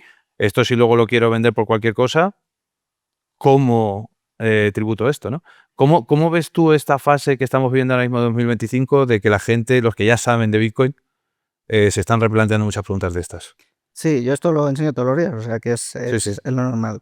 Lo primero que tienes que plantearte es ¿para qué quieres Bitcoin? Primero, hacer los deberes, entender lo que es, ¿no? Y una vez lo entiendes, ¿para qué lo quieres? Porque no tiene nada que ver. Quiero decir, si tú lo único que tienes interés es en exposición al precio y las propiedades de Bitcoin te dan completamente igual, pues lo mejor que puedes hacer es buscar un vehículo. Ya está, por un vehículo seguro, ¿vale? Es decir, estamos hablando de hay ETFs, hay entidades reguladas que tienen ese tipo de cosas, pues busca ese tipo de vehículo, porque lo único que te interesa es la exposición al precio. Si viene un family office y quiere invertir 15 millones de euros en Bitcoin, pues no le vas a decir, sí, pues mira, yo te enseño el proceso de autocustodia. No, es ridículo, porque luego ni siquiera va a poder comprar 15 millones de euros sin ceder sus datos, ¿no? Además que es una entidad regulada, etc, ¿no? Entonces, ¿tiene sentido la custodia profesional? A mi juicio, sí, sin lugar a dudas, ¿no? Porque hay cantidades y ya pasa, ¿no? O sea, Bitcoin es un activo al portador, ¿vale? Es un activo real. Si te quitan el oro que tienes en tu caja fuerte, te lo han quitado, ¿no? ¿Cuánto oro estás dispuesto a tener en tu casa? ¿Cuánto? ¿Cuánto quieres tener en tu casa? Bueno, pues tienes que hacer esa reflexión también sobre Bitcoin. Para uno será 10.000, para otro será 50.000, para otro será 400.000, para otro será lo que sea, ¿no? Pero es verdad que hay gente que le empieza ya a intimidar hasta el punto de la seguridad física en muchas ocasiones, ¿no? Sí. Entonces, ¿tiene sentido que eso se busque en custodios profesionales? A mi juicio, sí, ¿no? Respecto de la parte de la autocustodia, bueno, Bitcoin en autocustodia es una propiedad inconfiscable. Tiene unas propiedades que no tiene unas características que no tiene ningún otro tipo de propiedad, ¿vale? Es una pasada, es absolutamente apasionante. Te puedes hacer una mochilita por si tienes que pasar, te pasa cualquier tipo de situación en tu vida y necesitas acudir a una fuente de riqueza. Hay una guerra civil, te expropian, te meten una sanción de Hacienda y te han dejado que no te puedes ni pagar un café con la tarjeta. Bueno, pues puedes hacerte una mochilita ahí por lo que pueda pasar en autocustodia con privacidad. Fantástica. ¿Quieres dejar en herencia riqueza a tus hijos de forma privada? En Bitcoin lo puedes hacer, ¿no? Tienes una serie de ventajas que no puedes hacer ese tipo de cosas con ningún otro activo, pero tú eres el que tienes que decidir con qué cantidades y con qué cantidades no, ¿no? Hacer los deberes con Bitcoin, yo creo que no hay nadie que se arrepienta. No creo que haya nadie que entienda lo que es Bitcoin y diga, joder, qué pena que le he dedicado 100 horas, qué pena que le he dedicado 500 horas, qué pena que le he dedicado 1000 horas, ¿no? O sea, es una cosa que te vuela la cabeza y ves el mundo con otros ojos completamente distintos. Respecto a la parte fiscal, puedes comprar Bitcoin sin KIC, llevar bien tus comprobantes de compra, etc. Y luego lo puedes afrontar sin ningún tipo de problema, ¿vale? Es decir, no estás haciendo absolutamente nada ilegal por hacer una compra sin KIC de Bitcoin y hacer un proceso de autocustodia. Ahora bien, eso va a dar muchos quebraderos de cabeza a mucha gente que no ha hecho los deberes. Con Bitcoin hay que hacer los deberes, sí o sí. Yo creo que es una cosa que debería ser obligatoria para cualquier persona que se quiera meter en él. Y en eso estamos.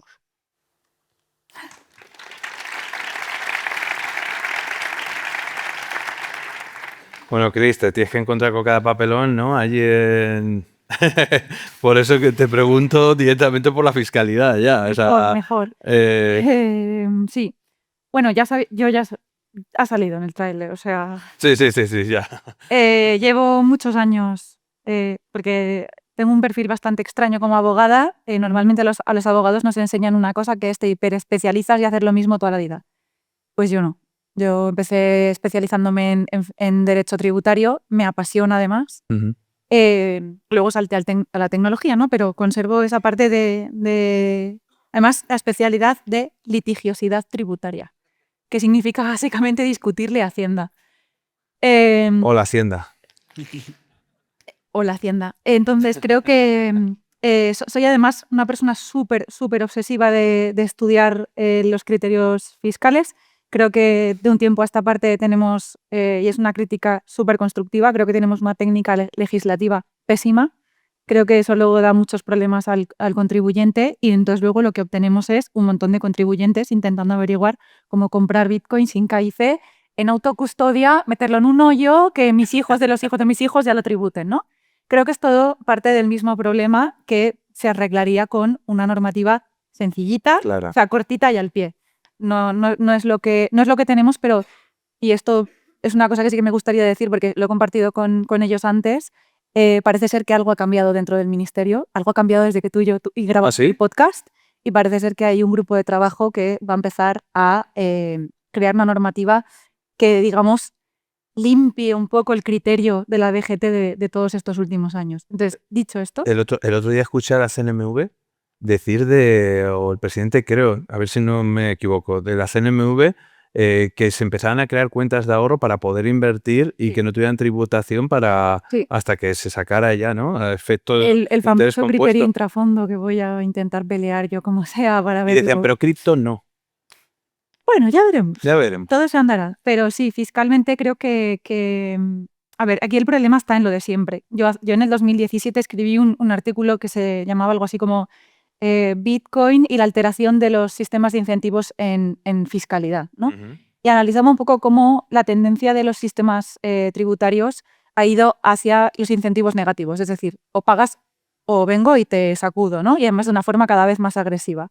Ujú. Vale, yo tengo la sensación, igual es mi esperanza, usando tu palabra, de que Bitcoin posiblemente lo que está haciendo es que el regulador tributario se dé cuenta de que el incentivo tiene que ser al revés, tiene que ser positivo. ¿Por qué? Porque por primera vez el ciudadano tiene la capacidad de oscurecer la capacidad económica que tiene, ¿vale? Que no es la riqueza, sino la capacidad económica que tiene, que es lo que se puede grabar. Entonces, creo que en ese punto, y ahora lo estamos empezando a ver, el propio regulador es el que está diciendo, a ver.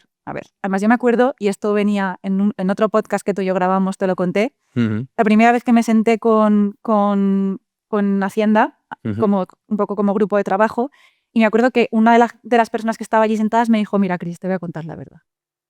La primera vez que encontramos, o sea, fuimos a hacer una inspección Ujú. y fue recaudación allí, se presentó allí unos funcionarios y tal. La primera persona que en la agencia tributaria ellos se dieron cuenta de que tenía criptoactivos y los estaba ocultando al fisco, era un jubilado de 66 años.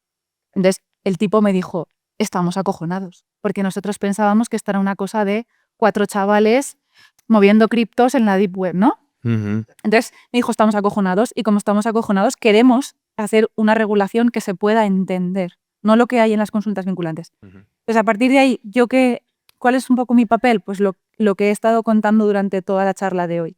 Intentar traducir el sistema tributario, aplicarlo. Nosotros tenemos muchos clientes que vienen, pero literalmente acojonados porque tienen muchísimo patrimonio en cripto, casi siempre es Bitcoin, pero que vienen de años ancestrales cuando los exchanges no te daban historiales. Entonces, claro, ¿qué haces con eso? A ver, siempre hay una solución para cada problema, pero lo que ha dicho Álvaro tiene toda la razón. O sea, el ser ordenadito en todo lo que haces luego te quita muchos problemas de la cabeza. Me venía la imagen al peso, ¿no? Que lo echan el Sí, peso con la allí. bolsa en Hacienda. A ver cuánto hay. Luna.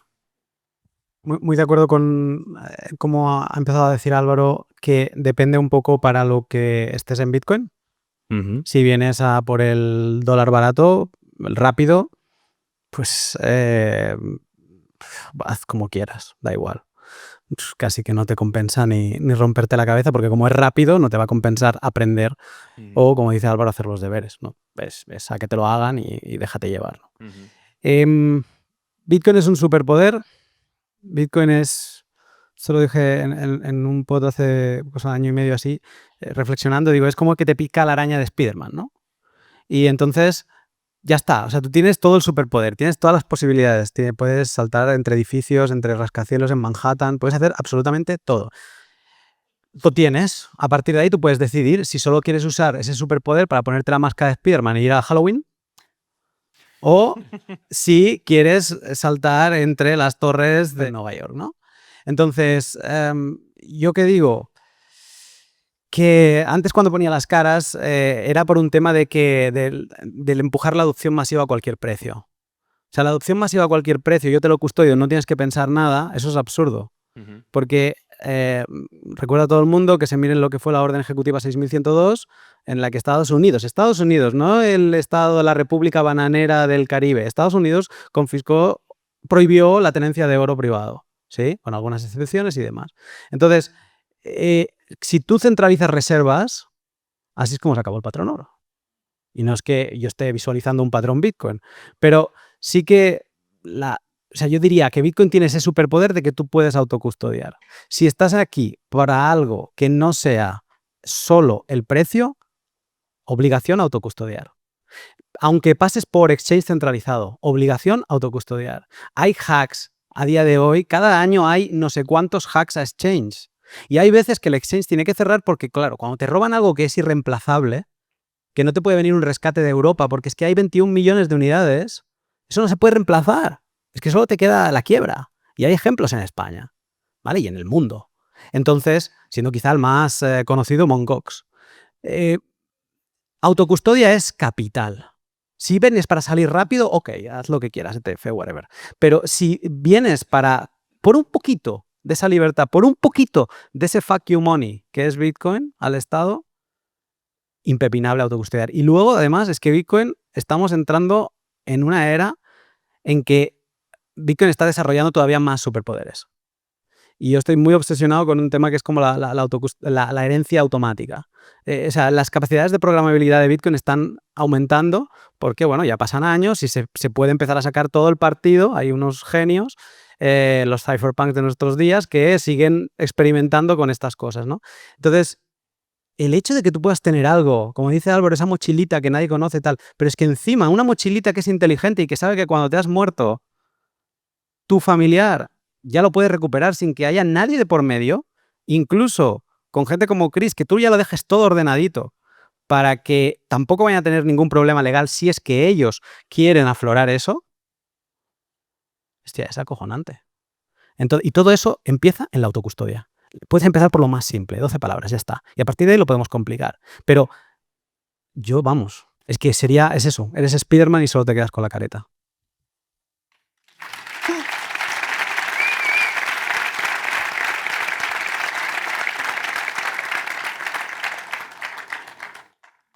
Jorge. Y sin KYC. Jorge. Jorge. Cuidado, Jorge. No, yo la verdad que Crypto es una empresa centralizada, ¿vale? Para mí hay un... No es Spiderman con... hay una diferenciación muy clara entre dinero centralizado y empresas centralizadas, ¿vale? Para mí Bitcoin es dinero descentralizado, ¿vale? Pero hay mucha gente que es verdad que no quiere el marrón, ¿no? Y yo, sobre todo, más allá, me he dado cuenta de que en estos últimos años, más allá de pensar lo que yo creo, me limito un poco a ver lo que los clientes quieren, ¿no? Yo creo que tenemos una masa en la que puedo ver patrones y puedo ver características que se repiten y que al final, pues, las empresas tienen que resolver problemas. No tienen que inventarse cosas, ¿no? Porque al final aquellas que empiezan a desarrollar tecnologías para 2050, pues oye, no generan revenue y se tienen que morir. Entonces, en ese sentido, yo estoy muy de acuerdo con la mochila. O sea, de hecho es que siempre he dicho, oye, hay mucha gente que viene a Cryptan, compra los bitcoins y se los saca un ledger. Con todo lo que ha pasado en muchos sitios de comprar y que se les pierdan o lo que sea, pues les da confianza que es una empresa que ha sobrevivido lo que ha sobrevivido, que tiene los inversores que tiene detrás. O sea, bueno, es una parte que hay gente que le interesa. Y de nuevo, aquí esto no está para contentar a todo el mundo, porque creo que eso sería un error, ¿no? Entonces, yo lo comparto todo y es que hay mucha tipología de gente que hace eso. Tenemos mucha gente que ha hecho lo contrario, o sea, estaba en ese lado, ha tenido muchísimos bitcoins en autocustodia y llega un momento en el que ahora está Bitcoin a 100.000 pavos. Con lo cual se ha plantado con que tiene muchos millones. Y ha dicho, espérate un segundo, que esto es, no sé, yo antes he puesto el ejemplo a alguien con quien hablaba, nadie se esperaba que su casa en Los Ángeles se quemara al borde de la playa. Se ha quemado. Oye, si tengo ahí mi clave privada bien, sí, separada, bien guardada, vale, ¿a quién le reclamo? ¿No? Conocemos mucha gente que...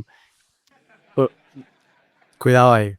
Que es una mala custodia. No podemos asociar que si tú autocustodias se te va a venir un incendio y lo has perdido todo. No, es que desde el principio, si todas tus backups y todas tus copias de seguridad la tenías no habías diversificado geográficamente tu backup. Totalmente de acuerdo, pero la gran mayoría de la gente no está preparada ni quiere enredarse esos marrones. Más que nada porque es algo que nosotros comprobamos todos los días. O sea, que es decir, esto es una realidad, esto no me lo invento yo. Que así es como se debería hacer, 100%. Que la gente no quiere estar así, es una realidad. Entonces, en ese sentido, un poco lo que nosotros intentamos es, oye, paso a paso. Es que hay gente que lo compra y lo saca. Hay gente que lo compra y lo deja. Hay gente que lo hizo todo así y ahora vuelve. Un montón de gente lo está viniendo ahora a la subida de precio. Oye, que yo lo compré sin KIC, pero quiero diversificar porque está subiendo el precio. Lo comentabas antes, creo que era parte de la pregunta. Oye, no quiero vender mis bitcoins porque no tengo ni idea de cuándo venderlos y porque es que para mí no tiene sentido desprenderme de este activo ni de la fricción que tengo, ¿no? Oye, pues ahí es donde surgen productos. Nosotros siempre nos hemos alejado mucho de la parte especulativa. O sea, yo creo que la parte está de hacerte rico rápido nunca está en nuestra línea de acción y para mí ha sido una lucha constante. En Cryptan no es un exchange. O sea, intentamos alejarnos, nos han metido siempre en el saco, pero intentamos ir hacia otro lado, ¿no? Pues oye, que la gente tenga la opción de poder pignorar sus bitcoins, que es un producto tradicional y donde puedo luego coger liquidez en euros, no en stablecoins, porque si lo cojo en stablecoin luego tengo que venderlo y entonces ahí empiezan las movidas, ¿no? Oye, no, en euros, en mi cuenta bancaria y compro un inmueble, volviendo a las charlas anteriores, ¿no? Si es que cada uno es libre de hacer un poco lo que quiera. Al final nosotros lo que intentamos es poner la infraestructura sólida, segura, regulada, ¿no? Para que, oye, pues con mejores cosas o peores, ¿no? O contentar a más o a menos, pero que la gente utilice las herramientas que quiera. Yo creo que un poco lo que coincidimos es que Bitcoin es algo que tiene todo el sentido y que hay muchas formas de aproximarse a él. Hemos tenido muchos usos en Cryptan de gente custodiando las claves, mal custodiadas, pero es la realidad, que ha perdido el acceso a las claves. Sustos, de verdad, de mucho dinero que a la gente le han quitado muchas noches sin dormir, hackeos. Bueno, nosotros hemos tenido que parar el pie a gente en Cryptan que quería enviar sus fondos a un sitio que era una estafa de libro y nos estaba a punto de demandar por no dejarle enviar sus criptos. Yo no tengo la obligación de decirle nada, pero lo sabía mal porque era de libro que eso era una estafa, ¿no? Entonces, al final, en ese sentido, oye, esto no es un sí o un no. Para mí es, oye, una herramienta para intentar acercar a cuanta más gente mejor. Yo pienso que el futuro va a ir cada vez evolucionando. Ojalá llegue un día dentro de no sé cuánto donde todo el mundo tenga la autocustodia y todo el mundo lo gestione, sepa hacerlo de forma sencilla. Eso sería maravilloso. Ojalá nosotros podamos contribuir a eso. Pero creo que es una transición. Y pensar que esto puede pasar de la noche a la mañana, generalizando, es muy complicado. La historia de todo esto es que está muy bien que haya un lunático y que haya un Jorge. Porque cada uno enfrenta una posición en la que uno es lo más pragmático posible y otro es lo más idealista posible. Pero está bien, porque si solo nos vamos a un sitio, nos vamos a otro, no se crea innovación, no se mejora la red, ¿no? Y ya no es solo eso, esto yo lo comparo directamente con el propio sector bancario. O sea, si vosotros lo miráis ahora, la gente joven ya no pisa una oficina bancaria. Pero hay gente mayor que todavía necesita. Y este cambio que está habiendo radical en la banca, de que cada vez te atiende menos gente en el cajero o en las mesas y todo ello, la gente mayor está sufriendo y son dramas para ellos. Pues yo lo estoy viendo igual en el tema de Bitcoin. En el tema de Bitcoin hay gente que ya son nativos de Bitcoin. Gente que como Luna o como muchos de los que estamos aquí, ya nos hemos empapado de Bitcoin. Pero hay gente que pueden ser familiares nuestros que quieren acercarse a Bitcoin, pero no pueden hacerlo simple y llanamente porque no se ven capaces de llegar a ese nivel de conocimiento. Por lo tanto, yo creo que siempre tiene que haber una transición y tiene que haber opcionalidad para todos, siempre y cuando sea de garantía y siempre y cuando sea seguro. Y lo que estáis diciendo, al final, igual que tú diversificas en la inversión, también tienes que diversificar en formas o estructuras para poder llevarlo a cabo.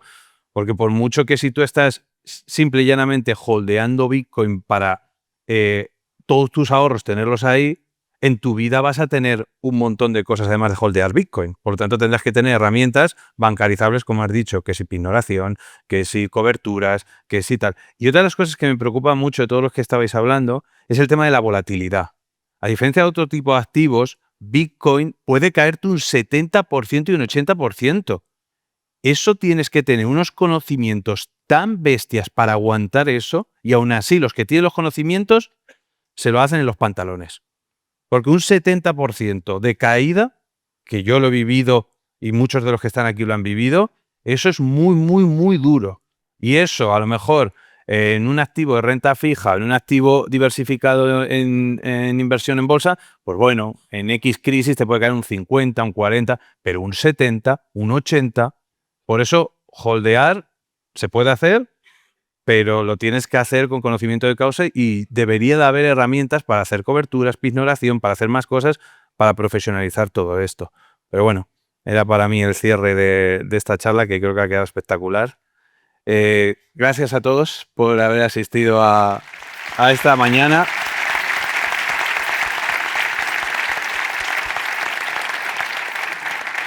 La verdad es que tenemos una última sorpresa para ti. Y es que hemos habilitado dentro de la página de Inversión Racional una zona exclusiva para el podcast, donde vamos a subir notas del episodio, bibliografía recomendada, que creo que te aportarán muchísimo valor. Solo tienes que meterte en inversionracional.com/podcast y ahí encontrarás más información. Un abrazo y hasta luego.